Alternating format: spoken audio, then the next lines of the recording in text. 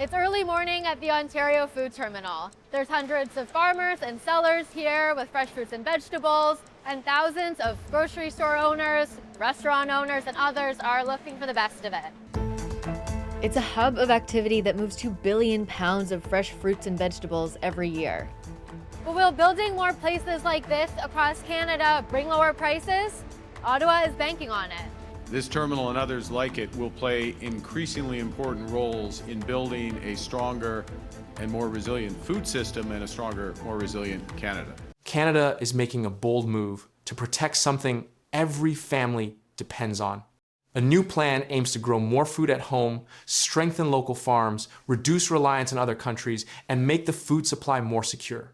The biggest reason behind this decision could change Canada's future. Prime Minister Mark Carney stood at the Ontario Food Terminal in Toronto, a facility that has operated for more than 70 years and that moves more than 2 billion pounds of fruits and vegetables every year, and announced Canada's first ever national food security strategy. The strategy carries a total price tag of more than $3 billion. It covers food terminals, processing facilities, greenhouses, regulatory reform, and competition policy. And the central problem it is designed to solve is one most Canadians have never heard framed this way. Canada is one of the world's largest agricultural exporters, and nearly 90% of its fresh fruit and nuts are imported.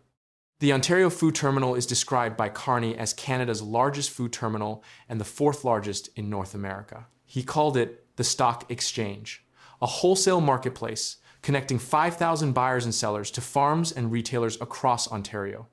That single facility is the model the federal government is now scaling nationally. The $1 billion Food Link Fund, announced as the strategy's first major instrument, will expand existing food terminals, begin construction on 2 new major terminals by the end of 2028, and create up to 40 new commercial food hubs across the country. The targets are specific. Within 4 years, the strategy aims to increase the number of independent grocers buying from food terminals or hubs by 15% and boost local food sales from small and mid-sized producers by 25%. The structural problem food terminals are designed to solve is documented in the market concentration data. 75% of Canadian grocery stores are controlled by the same 5 large retailers. Those 5 companies dominate supply chains, leaving independent grocers with fewer supplier options and higher costs. Too often, independent grocers must buy products through larger competitors at marked up costs that are ultimately passed on to Canadian consumers. Farmers, meanwhile, don't have enough wholesale buyers competing for their products. A food terminal breaks that monopoly supply structure by creating a wholesale marketplace where farmers, distributors, restaurants, and independent retailers can transact directly, bypassing the integrated supply chains controlled by the dominant retailers entirely. The import dependence that sits underneath all of this is the specific vulnerability the strategy addresses. Canada imports nearly 90% of its fresh fruit and nuts and more than 70% of many vegetables. Grocery prices have increased by nearly 35% since 2019. The average Canadian family now spends approximately $10,000 per year on groceries, more than $800 per month. That price inflation reflects not only retail concentration, but also Canada's structural reliance on foreign processing. Carney used Thailand as a specific example. Approximately 70% of what Canada ships there, wheat, soybeans, and peas, is processed abroad and re-exported into global markets. Canada is spending hundreds of millions of dollars to send its raw agricultural output overseas for processing that could be done domestically, then paying to import the processed products back at higher prices. The second major investment in the strategy addresses that processing gap directly. The federal government will launch a $1 billion fund through Farm Credit Canada to help Canadian businesses grow, produce, and process more food in Canada. A separate $150 million food security fund will support small and medium-sized businesses in upgrading critical equipment to increase production and storage capacity. A $100 million collaborative food innovation fund will help producers expand processing so more parts of each crop are used rather than discarded or exported raw. Together, These three instruments total $1.25 billion, directed specifically at the domestic processing infrastructure that converts Canadian agricultural output into finished food products before they reach grocery store shelves. The third pillar of the strategy addresses growing season limitations that force Canada to import produce for most of the year. Canada will invest $750 million in greenhouses and hydroponics to dramatically expand domestic capacity to produce fresh fruits and vegetables year-round.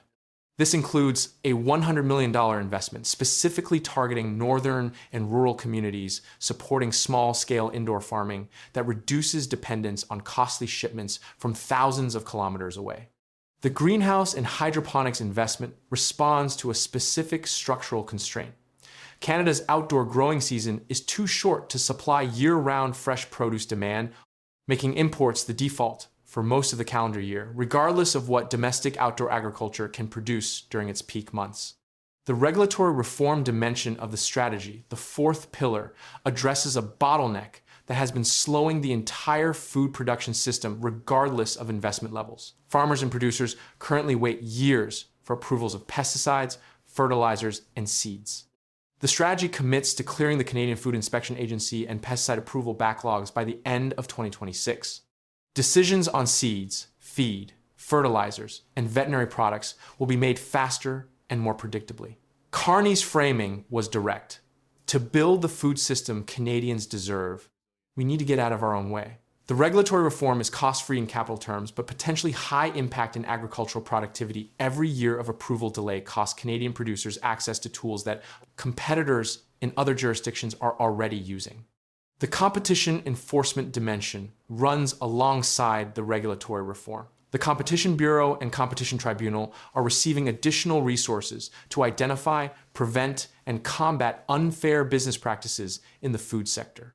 The strategy also commits to amending privacy legislation to protect consumer data from being used for surveillance pricing, the practice of using behavioral and purchase data to charge individual consumers higher prices than the posted retail price.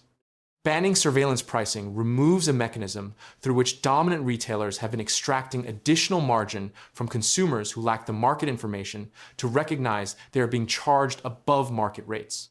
A country's sovereignty depends on its ability to feed itself, fuel itself, and defend itself. And right now, Canada is not fully in control of our own food system, Carney stated at the Ontario Food Terminal announcement. The food strategy sits within a broader framework of Canadian sovereignty investments that Carney's government has been making simultaneously across energy, defense, AI, and trade infrastructure. The Major Projects Office is advancing 23 nation-building initiatives covering nuclear, LNG, critical minerals, and transportation, representing over $135 billion. The AI for All strategy commits to building sovereign computing infrastructure. The Defense Industrial Strategy prioritizes Canadian suppliers for military procurement. The $3 billion National Food Security Strategy is the food sovereignty component of what Carney has consistently described as a comprehensive transition from reliance to resilience, the phrase he has used across every sector where Canada has identified structural dependency as a strategic vulnerability. Food dependency is the one that shows up most directly in the monthly household budget of every Canadian family that pays $800 a month at the grocery store.